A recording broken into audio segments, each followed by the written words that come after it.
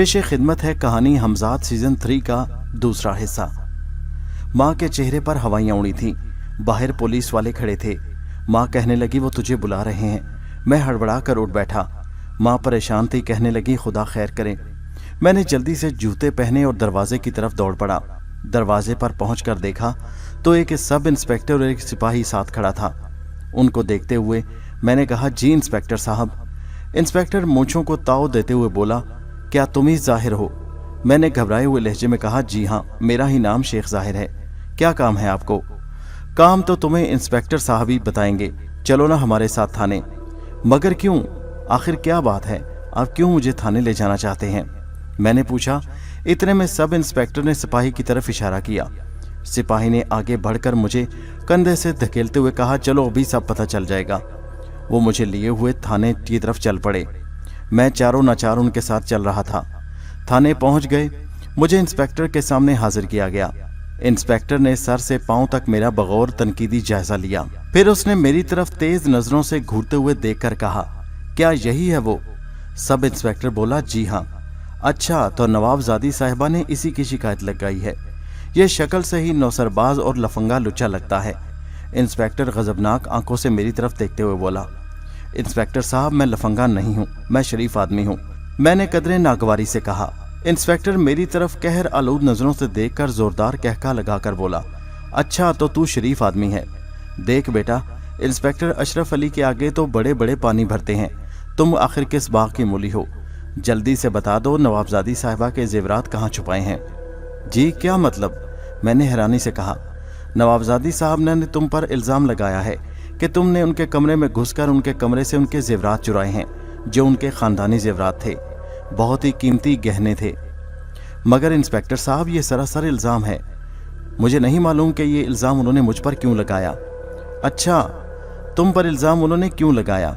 उनका दिमाग ख़राब है ना, जो उन्होंने किसी और के बजाय तुझ जैसे शरीफ ज़ादे और ख़ानदानी इंसान पर इल्ज़ाम लगा दिया। इंस्पेक्टर अब बज़ाहिर मुझ पर तंज कर रहा था।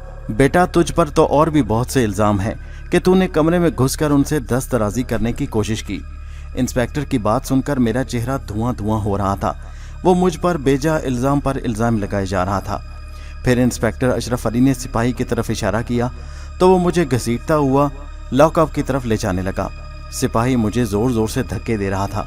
उसने मुझे लॉकअप के कमरे में डाल दिया। मेरी आंखों के गिर्द अंधेरा सा छा गया। ये किस नई मुसीबत में पड़ गया था? मैं तो रोज़ी रिज़्क की तलाश में नौकरी कर रहा था, मगर यहाँ तो मामला ही उल्टा पड़ गया था। सबाहत खानम इतनी जालिम और संगदिल निकलेगी और इस तरह के घटिया इल्ज़ाम मुझ पर लगाएगी, मैंने सोचा भी नहीं था। मैंने जुर्म क्या किया था? सिर्फ उसके कमरे में ही तो झांका था। नवाबजादी ने इस बात का इतना बुरा मनाया और इतना असर ले लिया कि उसने मुझे थाने में बंद करवा के मुझे जलील करवाया, रुसवा करवा रही थी मुझे वो। थोड़ी देर बाद इंस्पेक्टर अशरफ अली लॉकअप में आया और फिर मुझसे कहने लगा, बेटा जल्दी से बता दे कि तूने जेवरात कहाँ छुपाए हैं। इंस्पेक्टर साहब, मैं कसम उठाता हूँ, मुझे मालूम नहीं कि मुझ पर उन्होंने इल्ज़ाम क्यों लगाया। मैं नहीं जानता, मैंने कभी उनके जेवरात देखे भी नहीं। ये सरासर इल्ज़ाम है। मैं शरीफ आदमी हूँ, मैं कुछ महीनों से उसके यहाँ मुलाजमत कर रहा हूँ। बड़ी बुआ के इंतकाल के बाद मुझसे ये गलती ज़रूर हुई कि मैंने उनके कमरे में झांकने की कोशिश की, और वो भी मैं उनके काम से उनके कमरे में गया था। उनके कहने पर उन्होंने मुझे कहा था कि वो चिराग में तेल डालने को। मैं उनके कमरे में गया और ये मुझसे गलती हुई। वो कमरे में आखिर क्या करती हैं मुझे मालूम नहीं। मैं नहीं जानता था कि उसको जानने के लिए जिस तजस्सुस के ज़रिए मैं उनके कमरे में झांकूंगा उसकी मुझे इतनी भयानक सज़ा मिलेगी। बहरहाल ये ख़ता थी मेरी, लेकिन इससे ज़्यादा मैंने कुछ नहीं किया। ना मैं चोर हूँ, ना मैंने चोरी की है। कुछ भी है, तुमने बिलाखिर एक जुर्म किया है, और इस जुर्म को साबित करना अब हमारा फ़र्ज़ है कि तुमने उनके जेवरात चुराए हैं। इंस्पेक्टर ये कहकर वापस मुड़ गया। थोड़ी देर बाद वापस आया तो उसके एक हाथ में बैत था जिसे वो दूसरे हाथ पर आहिस्ता आहिस्ता मार रहा था। फिर उसने सिपाही को इशारा किया। सिपाही ने लॉकअप का दरवाज़ा बंद कर दिया। इंस्पेक्टर ने वो डंडा मुझ पर बरसाना शुरू कर दिया। वो बेतरेग मुझे मार रहा था। काफ़ी देर वो मुझे मारता रहा और फिर वो खुद थक कर हाँफने लगा। फिर उसने सिपाही को इशारा किया और कहने लगा, मैं अब जा रहा हूँ, तुम गेट बंद कर दो, ये बहुत ख़तरनाक मुजरिम है। ये कहकर वो वहाँ से चला गया। मैं लॉकअप में पड़ा कर आ रहा था। सबाहत खानम को बद्दुआएं दे रहा था। आखिर उसे मुझसे क्या दुश्मनी थी? मुझे नज़ीर साहब से किसी तरह से बात करनी चाहिए ताकि वो बात उनके इल्म में आ जाए और वो ही सबाहत खानम को बताएं कि मैं ऐसा वैसा नहीं हूँ। उनसे ज़रूर गलतफहमी हुई है। न जाने मैं कितनी देर वहीं पड़ा दर्द से कराहता रहा। सारे जिस्म में दर्द से टीसें उठ रही थीं। ये टीसें बर्दाश्त करते हुए वो रात गुजर गई। अगली सुबह इंस्पेक्टर अशरफ अली लॉकअप में आया और कहने लगा, अभी थोड़ी देर में नवाबजादी साहिबा आ रही हैं। तुम्हारे लिए यही बेहतर है कि अपने जुर्म का इकरार कर लो, अपनी गलती मान लो। इस तरह तुम्हारी जान छूट जाएगी और अगर नहीं तो फिर इसी तरह तुझे मार पड़ती रहेगी। मैंने उसकी तरफ देखा और खामोश होकर रह गया। थोड़ी देर के बाद दरवाजे पर सबाहत खानम मौजूद थी। वो बिना मेरी तरफ देखे हुए कहने लगी, देख लिया अपनी गलती का अंजाम। मैंने कहा था ना कि तुम्हें भयानक सजा दिलवाऊंगी, मगर बीबी ये तो मुझ पर जेवरात की चोरी का इल्ज़ाम लगा रहे हैं। मुझे नहीं मालूम कि आपके जेवरात कहाँ हैं। सबाहत खानम एक मकरूह कहका लगाकर बोली, मैंने जो कुछ कहा था ना वो साबित कर दिया। मैंने उसकी हंसी को नज़रअंदाज करते हुए कहा, नवाबजादी साहिबा आखिर आप मुझसे चाहती क्या हैं? मैंने कराहते हुए कहा। वो कहने लगी, कुछ नहीं, बस जो मैं चाहती हूँ वो तुम करोगे। उन्होंने सवालिया अंदाज में मेरी तरफ देखा, मगर नवाबजादी साहिबा कुछ बताइए तो सही। वो फिर बोली, यहाँ नहीं, ये तुम्हें बाद में पता चलेगा। पहले तुम इस बात का इकरार करो कि मैं जैसा कहूँगी तुम वैसा ही करोगे। इसी सूरत में मैं तुम्हारी यहाँ से जान छुड़ा सकती हूँ, वरना यहीं लॉकअप में ही सड़ते हुए मर जाओगे। मगर बीबी मैं तो आपका मुलाजिम हूँ, ये बात आप मुझे वैसे भी कहती तो मैं मान लेता। वो मुस्कुरा कर बड़ी शातराना अंदाज में मेरी तरफ देखकर बोली, नहीं इस तरह नहीं, वैसे तुम मेरी बात हरगिज़ ना मानते। और तुम्हें अब तो पता चल ही चुका है कि मेरे हाथ कितने लंबे हैं। अब यकीनन तुम्हें मेरी ताकत का अंदाज़ा हो गया है और बस मैं तुम्हें यही दिखाना चाहती थी, इसीलिए तुम्हें लॉकअप में बंद करवाया है। मैंने कराहते हुए कहा, जी हाँ मुझे बिल्कुल अंदाज़ा हो चुका है। हाँ तो ठीक है, क्या तुम इस बात का इकरार करते हो कि तुम मेरा हर हुक्म बजा लाने का पाबंद होगे? जी हाँ। तो फिर ठीक है, मैं तुम्हें यहाँ से छुड़ाकर अपने साथ ले जाऊँगी। मैं इंस्पेक्टर से कह देती हूँ कि मैंने तुम्हें माफ़ कर दिया। इससे पहले कि मैं कुछ कहता, नवाबजादी सबाहत खानम मेरी बात सुने बगैर वापस मुड़ गई। थोड़ी देर बाद दोबारा आई तो उसके साथ सिपाही भी था और उसने लॉकअप का ताला खोल दिया। दरवाज़ा खोलकर निहायत हकारत से मेरी तरफ देखकर बोला, चल वे, तेरे मालिक तुझे छुड़ाने आए हैं। मैं लॉकअप से बाहर निकला। सबाहत खानम बाहर मेरी मुंतज़िर खड़ी थी। इस मर्तबा इंस्पेक्टर अशरफ अली ने मुझे नहीं रोका। सबाहत खानम कुछ कहे बगैर थाने से बाहर निकल आई। थाने से बाहर निकलते ही मैंने देखा कि एक तांगा बाहर तैयार खड़ा था और उस पर कोचवान भी था। सबाहत खानम आगे बढ़कर तांगे पर सवार हो गई और मुझे पिछली सीट पर बैठने का इशारा किया। मैं तांगे पर सवार हुआ। तांगा सुस्त रवि से हवेली की तरफ बढ़ने लगा। थोड़ी ही देर बाद हम हवेली में मौजूद थे। सबाहत खानम सहन में एक शानदार कुर्सी पर विराजमान थी और मैं उनके सामने मौदब खड़ा था। देखो ज़ाहिर, हम नवाबों के कुछ असूल होते हैं। हम नहीं चाहते कि हमारे कारिंदे, हमारे मुलाजिम हमारी ज़ाती ज़िंदगी में मुदाखलत करें। सबसे पहले मुझे ये बताओ कि तुम मेरे कमरे में क्या देख रहे थे? मैंने जितना हुक्म दिया था, अगर तुम उतना ही मेरा हुक्म बजा लाते तो ये मुसीबत तुम पर ना आती। मैंने कुछ कहना चाहा, मगर उसने हाथ के इशारे से मुझे कुछ कहने से रोक दिया और फिर कहने लगी, खैर ज़ाहिर मैं अच्छी तरह तुम्हें जानती हूँ। सबाहत खानम को तुम यूं ही मत समझो। ये ना समझो कि मैं कमरे से बाहर निकलती नहीं तो मुझे बाहर की दुनिया का इल्म नहीं। सबाहत खानम की नज़रें हर तरफ जाती हैं और सब कुछ देख सकती हैं। उसने पहली मर्तबा मुझे शेख ज़ाहिर के नाम से पुकारा था। मैं उसकी ज़ुबान से अपना पूरा नाम सुनकर हैरान रह गया। वो मेरी तरफ देखे बगैर बोलने लगी, मैं जानती हूँ तुम शेख करामत के बेटे हो। तुम्हारा बाप इस शहर का बहुत बड़ा आदमी था। सारा बदायूं उसके सामने झुकता था। उसने बहुत ढेर सारी दौलत और जायदाद छोड़ी और मैं ये भी जानती हूँ कि भाइयों के रवैये की वजह से तुम इस मामूली नौकरी पर राज़ी हुए हो। मैं खामोशी से सर झुकाए सबाहत खानम की बातें सुन रहा था। मैं हैरान भी था, मगर ज़ाहिर है वो नवाबजादी थी, अमीर औरत थी। उसके बहुत से मुलाजिम और कारिंदे थे। किसी भी ज़रिए से उसने मेरे बारे में पता चला लिया होगा कि मैं कौन हूँ। मैंने फिर आहिस्ता सी आवाज़ में कहा, आप मुझसे क्या चाहती हैं? मैं चाहता था कि उसके साथ दो टोक बात करूं। मैं अपने लहजे को सख्त करना चाहता था, मगर चाहते हुए भी मैं ऐसा न कर सका। सबाहत खानम कुछ लम्हे खामोश रही, फिर कहने लगी, देखो ज़ाहिर, अगर तुम ये समझते हो कि नज़ीर साहब ने महज इत्तफाकिया तौर पर तुम्हें मेरे यहाँ मुलाजिम रखवाया है तो ये तुम्हारी गलत फहमी है। انہوں نے میرے کہنے پر ہی تمہیں یہاں ہماری حویلی میں ملازم بنا کر بھیجا ہے۔ میں دراصل تم سے کام لینا چاہتی ہوں۔ میں نے چونک کر صباحت خانم کی طرف دیکھا۔ کون سا کام؟ نہیں، تم پہلے اچھی طرح سوچ لو۔ تم نے اقرار کیا ہے کہ تم میری بات سے انکار نہیں کرو گے۔ اگر انکار کرو گے تو تمہاری زندگی کی میں کوئی ضمانت نہیں دے سکتی، میں مجبور ہوں۔ اس ظالم عورت نے نہایت مکروہ انداز میں کہا۔ میں اس کے آگے بالکل مجبور تھا۔ میں نے کہا ٹھیک ہے، میں آپ کو یقین دلاتا ہوں کہ آپ جیسا کہیں گی میں ویسا ہی کروں گا۔ میں آپ کا ویسے بھی نمک خوار ہوں۔ میری بات سن کر وہ کہنے لگی شاباش۔ دیکھو شیخ ظاہر، دنیا تمہارے بارے میں یہ کہتی ہے کہ تمہارے باپ کے پاس جادوئی طاقت تھی، وہ بدایوں کا سب سے طاقتور انسان تھا۔ لیکن لوگ چاہے جو کچھ بھی کہیں، چاہے تمہارے باپ کو جادوگر کہیں یا کچھ بھی، مگر میں اصل حقیقت سے آگاہ ہوں۔ تمہارے والد نے حمزات کو قابو کر رکھا تھا، جس کے ذریعے وہ بے تحاشا کام لیتا تھا۔ اس نے بے پناہ دولت اکٹھی کر رکھی تھی۔ اس نے بڑے بڑوں کو تگنی کا ناچ نچایا تھا۔ تمہارے باپ کے پاس حمزات کی ایک ایسی طاقت تھی جس سے وہ کچھ بھی کام لے سکتا تھا، اور تمہارے باپ نے اس سے ہر وہ کام لیا جو وہ لے سکتا تھا۔ میں سب کچھ جانتی ہوں۔ میں تمہارے والد کے بارے میں ایک ایک بات جانتی ہوں، اس کے دشمن کون تھے اور اس نے کیسی زندگی گزاری۔ صباحت خانم کی باتیں سن کر میں نے حیرانی سے اس کی طرف دیکھا۔ وہ کہنے لگی دیکھو، حیران ہونے کی ضرورت نہیں، میں جانتی ہوں کہ میں جو کچھ کہہ رہی ہوں وہ سچ ہے۔ میرے مرحوم شوہر نے بھی ایک زمانے میں حمزات کو قابو کرنے کے لیے بڑے جتن کیے تھے، مگر وہ اس میں ناکام ہو رہا۔ تمہارے باپ سے اس بارے میں اس نے سوال کیا تھا، مگر تمہارے باپ نے یہ بتانے سے گریز سے کام لیا، اور یہ راز اس نے کسی پر ظاہر نہیں کیا۔ میں نے کہا اگر میرے باپ نے یہ راز ظاہر نہیں کیا تو میں کیا کر سکتا ہوں؟ وہ کہنے لگی تم ہی سب کچھ کر سکتے ہو۔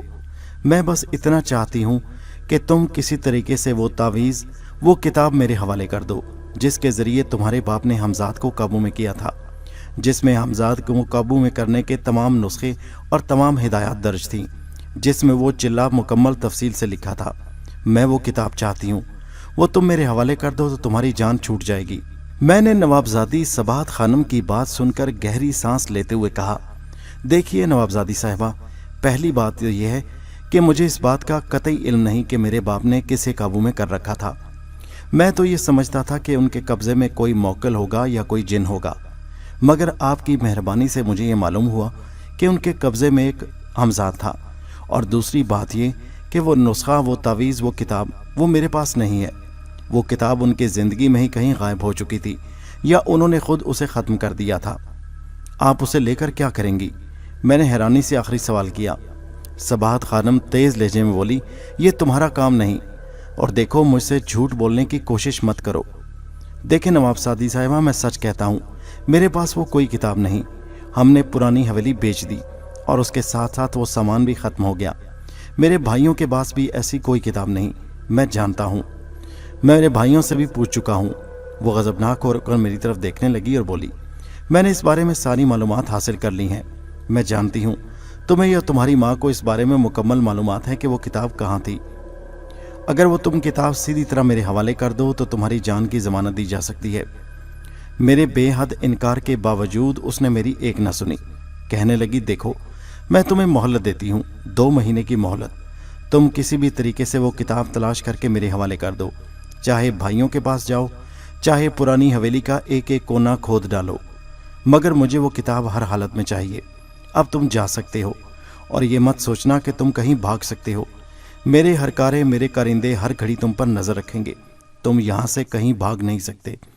میں نے کچھ کہنے کے لیے منہ کھولا ہی تھا کہ اس نے ہاتھ کے اشارے سے مجھے روک دیا اور جانے کا اشارہ کیا۔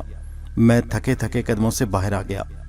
ایک تو انسپیکٹر کی مار سے پورے جسم میں ٹیسیں اٹھ رہی تھیں، اوپر سے صباحت خانم نے نئی مصیبت میں ڈال دیا تھا۔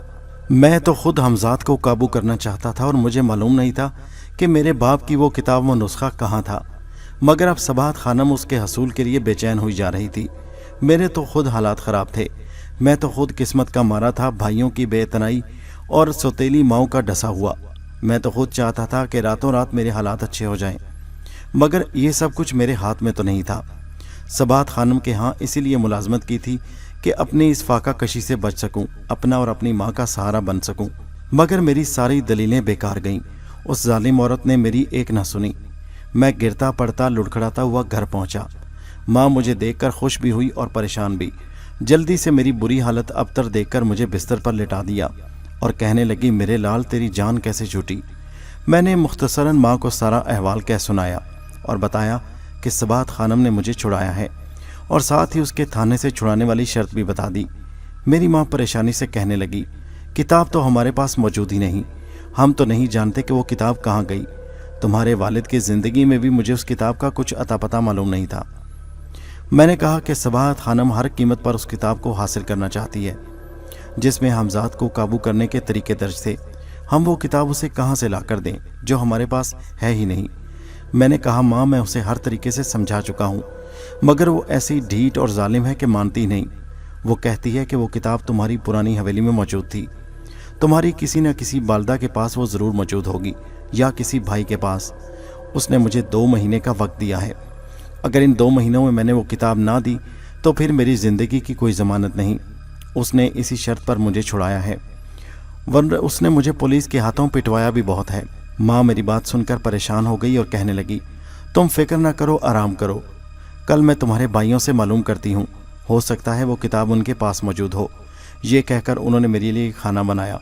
बड़ी मुश्किल से चंद निवाले जहर मार किए और बिस्तर पर पड़ गया। पूरे जिस्म में दर्द हो रहा था। अगले रोज़ माँ मुझे घर छोड़कर मेरे भाइयों के पास गई। शाम को थकी हारी नाकाम वापस लौट आई और कहने लगी, मैं तुम्हारे एक एक भाई के पास गई हूँ, मगर उनमें से किसी के पास वो किताब नहीं। हवेली भी बेच दी है, वहाँ भी जाकर उनसे कहा। वो कहते हैं वहाँ पर तुम्हारा लोगों का कोई सामान मौजूद नहीं। वो किताब बहुत नायाब है। तुम्हारे भाई कहते हैं कि अब उसकी क्या ज़रूरत पड़ गई। क्या वो शेख ज़ाहिर भी इसको हमजाद को काबू करना चाहता है? मैंने कहा, नहीं, कोई उससे वो किताब मांग रहा है और पीछे पड़ गया है। तुम्हारे भाई तो मुझे शक की नज़र से देख रहे थे। मैंने दुखी लहजे में कहा, हाँ माँ, सारी मुसीबतें हमारे लिए ही रह गई हैं। अब अब्बा जान का कोई ऐसा दोस्त भी नहीं जानने वाला जो शायद इस किताब के बारे में जानता हो। दोस्त तो नहीं, अलबत्ता उनके एक मुलाजिम हैं अशरफ अली, जो उनके ख़ास मुलाजिम थे। माँ कहने लगी, अगर तुम कहो तो मैं इस बात का तज़किरा अशरफ अली से करूँ। अशरफ अली शेख करामत का ख़ास मुलाजिम था। मैंने अम्मा से कहा, माँ ज़रूर बात करें, हो सकता है वो किताब मिल जाए, नहीं तो कम से कम कोई सिरा तो ज़रूर मिलेगा। तो किताब सबात खानम के मुंह पर दे मारेंगे। अगले रोज़ मेरी माँ अशरफ अली के पास पहुंच गई। अशरफ अली बहुत बुजुर्ग हो गए थे, मगर अभी सेहत ठीक थी। मेरे वालिद के ख़ास मुलाजिम थे, बदायूं में ही मुकीम थे। उस रोज़ मैं माँ का शाम तक बेचैनी से इंतज़ार करता रहा। माँ वापस आई और बताया, अशरफ अली से मुलाकात हुई। अशरफ अली तो ये बात सुनकर हैरान रह गया और कहने लगा कि वो किताब तो उसने भी शेख साहब के पास कभी नहीं देखी और ना वो जानता था कि वो किताब उन्होंने कहाँ रखी थी। अशरफ अली कह रहा था कि ज़ाहिर को मेरे पास भेजना, मैं उससे खुद बात करूँगा। तुम बेटा 1-2 रोज़ में तंदुरुस्त हो जाओ तो अशरफ अली के पास ज़रूर जाना, उससे मुलाकात करना। मैंने माँ की बात सुनकर सर हिला दिया। कुछ रोज़ के बाद मैं चलने फिरने के काबिल हुआ तो उसी शाम मैं अशरफ अली के घर पहुँच गया। अशरफ अली मुझे देखकर बड़ी मोहब्बत से मिला और कहने लगा, ये मैं क्या सुन रहा हूँ, क्या तुम भी बाप के रास्ते पर तो नहीं चल निकले? मैंने कहा, नहीं चाचा जान, ऐसी बात नहीं, मुझे हमजाद को काबू करने का कोई शौक़ ऐसा नहीं। हालात अच्छे हो जाएं तो वैसे कोई मुज़ायका भी नहीं, मगर मैं जानता हूँ कि इतना कठिन काम मैं अंजाम नहीं दे सकता। लेकिन कोई मेरे पीछे हाथ धोकर पड़ गया है कि ये किताब उसे चाहिए, मैं उसे किताब ला कर दूँ, नहीं तो मेरे लिए मुश्किलात खड़ी हो जाएंगी। चाचा जान, आप बराह मेहरबानी मुझे बताइए कि अब्बा जान ने वो किताब कहाँ रखी थी। मैं उस किताब को ज़रूर हासिल करना चाहता हूँ। अशरफ अली कहने लगा, जहाँ तक मेरा ख्याल है शेख साहब के पास वो किताब मैंने कभी नहीं देखी। शेख साहब को वो किताब अपने नाना मरहूम की तरफ से मिली थी, और वैसे भी किसी के हाथ वो किताब लग भी जाए तो किसी के लिए हमजाद को काबू करना बहुत मुश्किल बल्कि नामुमकिन होगा। मैंने कहा, आपकी बात दुरुस्त है, मुझे वो सिर्फ किताब चाहिए। हमजाद उससे काबू होगा या नहीं ये मेरा काम नहीं। किताब मिल जाए तो मेरी जान छूट जाएगी। वो बहुत जालिम औरत है और बहुत लंबे हाथ वाली है। मैंने बेजारी से कहा। अशरफ अली कहने लगा, अच्छा मैं कोशिश करता हूँ, किसी से इस किताब के बारे में मालूमात हासिल करता हूँ। ज़रूरी तो नहीं वो एक ही नुस्खा हो, उस किताब जैसी कोई और किताब भी ज़रूर होगी। अशरफ अली ने मुझे तसल्ली दी और कहने लगा, कुछ रोज़ के बाद मैं खुद तुम्हारे घर आऊँगा। दिल में बड़ी बेचैनी थी, ये नौकरी तो मेरे गले ही पड़ गई थी। इस नौकरी से मेरी भूख क्या ख़त्म होनी थी, उल्टा जान बचाना मुश्किल हो गई थी। सबात खानम मेरे पीछे हाथ धोकर पड़ गई थी। मैं नहीं जानता था कि बाप के मरने के बाद भी ये हमजाद हमारा पीछा नहीं छोड़ेगा। अशरफ अली ने मेरी काफ़ी आओभगत की, मुझे खाना खिलाया और बहुत ढेर सारी तसल्ली देकर मुझे घर की तरफ रुखसत किया। मैं अशरफ अली के आने का इंतज़ार करने लगा। कुछ रोज़ गुजरने के बाद, बड़ी बेचैनी से इंतज़ार के बाद आखिर अशरफ अली उस शाम हमारे घर आया। माँ से मुलाकात की और फिर मुझे लेकर एक तन्हाई में कोने में बैठ गया और कहने लगा, देखो शेख ज़ाहिद, मेरी बात गौर से सुनना। तुम्हारे बाप शेख करामत के पास जो नुस्खा था, जो किताब थी, उसका मिलना बहुत मुश्किल है, बल्कि नामुमकिन है। मैंने काफ़ी छानबीन की है। मेरे इल्म के मुताबिक वो किताब तुम्हारे किसी भाई या किसी सौतेली माँ के पास भी मौजूद नहीं, लेकिन हाँ, उस जैसा नुस्खा तुम्हें एक और जगह से मिल सकता है। इस बात का पता भी मैंने बहुत मुश्किल से चलाया है, मगर वो शख्स तुम्हें वो किताब देगा या नहीं, ये कुछ कहना कबल अज़ वक्त होगा। लेकिन उसके लिए तुम्हें उस आदमी की खुशनुदी हासिल करना होगी, उस आदमी को जाकर राज़ी करना होगा। मैं नहीं समझता कि वो इतनी आसानी से ये नुस्खा तुम्हारे हवाले कर देगा। गो कि उस शख्स ने खुद भी हमजाद को अभी तक काबू नहीं किया, लेकिन ये बात सच है कि उसके पास हकीकी और असली नुस्खा अभी भी मौजूद है। वो किताब हकीकी तौर पर उस आदमी के पास मौजूद है। तुम्हें उसको हासिल करने के लिए कोशिश करना होगी। मैं हैरत से मुंह फाड़े अशरफ अली की बात सुन रहा था। मैंने कहा, हाँ, मैं उसे हासिल करने के लिए हर कीमत पर जोर लगाऊंगा, लेकिन मुझे बताइए वो नुस्खा है कहाँ और किस आदमी के पास है। अशरफ अली कहने लगा, वो नुस्खा एक लखनऊ के आदमी के पास है, एक बुजुर्ग आदमी है। लखनऊ में तुम्हें उनके पास जाना होगा और उनसे हर कीमत पर वो नुस्खा हासिल करना होगा। उसके लिए तुम्हें क्या पापड़ बेलने होंगे, ये तुम्हारा काम है। मैं तुम्हें उस शख्स का पता बताई देता हूँ। उसके बाद अशरफ अली ने मुझे लखनऊ में मुकीम उस आदमी का पता समझाना शुरू कर दिया, जिसके पास मेरे वालिद शेख करामत वाला हमजाद को काबू करने का नुस्खा मौजूद था।